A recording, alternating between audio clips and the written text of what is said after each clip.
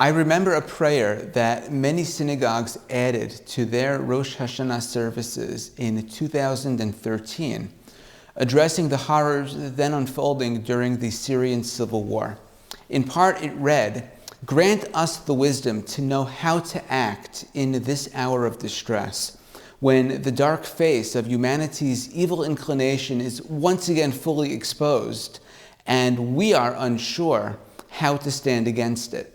As the war in Ukraine continues, as the extent of the devastation and brutality is becoming more known to us, this prayer is sadly newly applicable.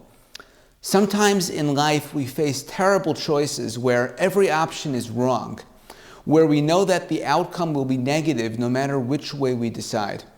The news that has been coming out of Ukraine since the war's beginning has been as riveting as it has been terrible, and on a purely human level, many feel an urge to do something, to intervene forcefully and powerfully.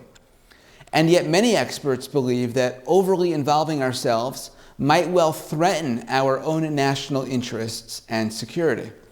So on this Rosh Hashanah day, when nations' fates are determined, when we pray, Ezo lacharev ve'ezo leshalom, which for war and which for peace, our nation's fate is to own our choices as innocent men, women, and children continue to die in numbers that are truly unimaginable. This should give us reason to pause in introspection.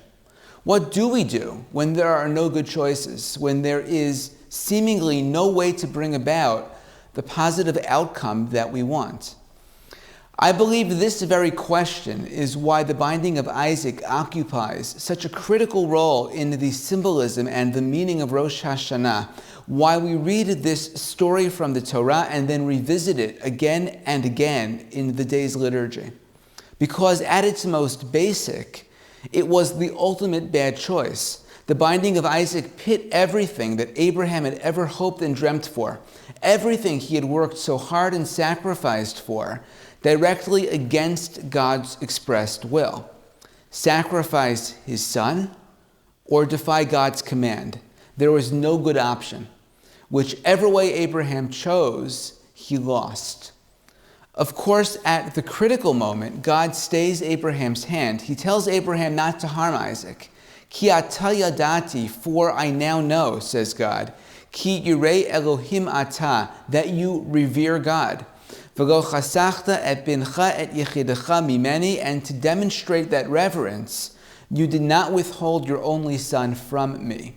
That phrase, ki ata yadati, for I now know, echoes an earlier verse. This one, when God decides to inform Abraham before destroying the corrupt cities of Sodom and Gomorrah. Quote, Abraham shall surely become a great and powerful nation, says God, through whom all the nations of the earth shall be blessed.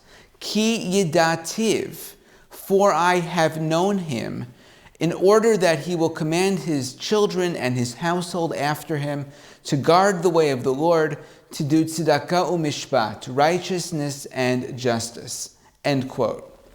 In other words, God did not choose Abraham in the first place because of his loyalty, but precisely because of his finely calibrated moral compass, his finely honed sense of right and wrong. Indeed, it was that independent sense of morality that spurred Abraham to protest God's verdict against Sodom and Gomorrah.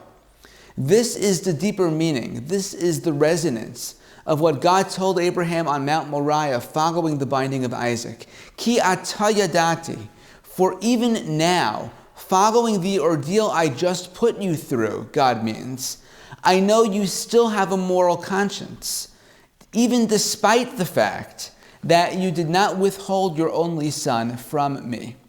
The true test was whether Abraham would retain his sense of morality throughout the experience, whether Abraham's internal convictions about right and wrong would remain unscathed.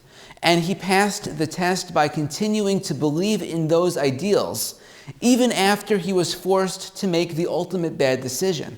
The decision that, no matter which path he chose, would have been profoundly contrary to his values.